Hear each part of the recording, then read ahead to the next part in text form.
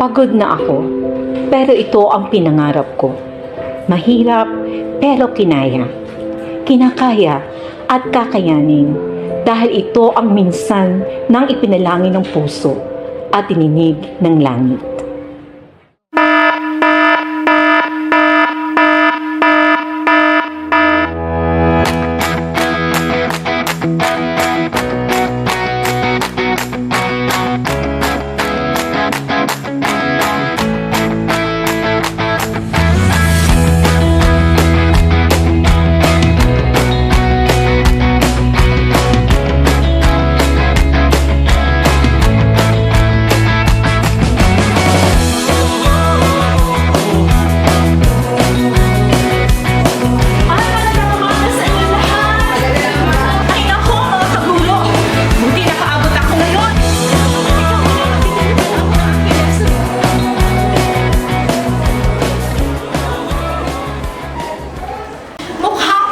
Yata kayo ngayon?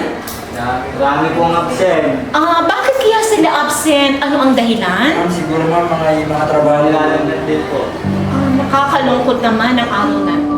Magaan kung iisipin na karamihan sa mga estudyante ko ngayong araw ay hindi nag-abalang pumasok, subalit mabigat kung dadamhin ang mga panahong doble ang atensyon at pag-aala-alang makita, maturuan, at magabayan sila ngayong araw.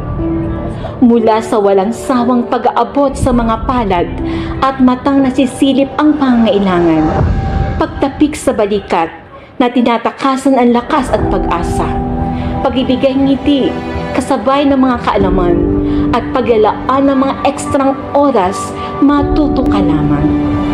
Nakalulungkot isipin ang lahat na nagagawa kong ito sa halos daang-daang kabataang umasa at tatahakin ang magandang kinabukasan ay hindi ko mailaan sa pamilyang uhaw sa puspusang ibinuhos sa atensyon sa aking mga mahal na estudyante.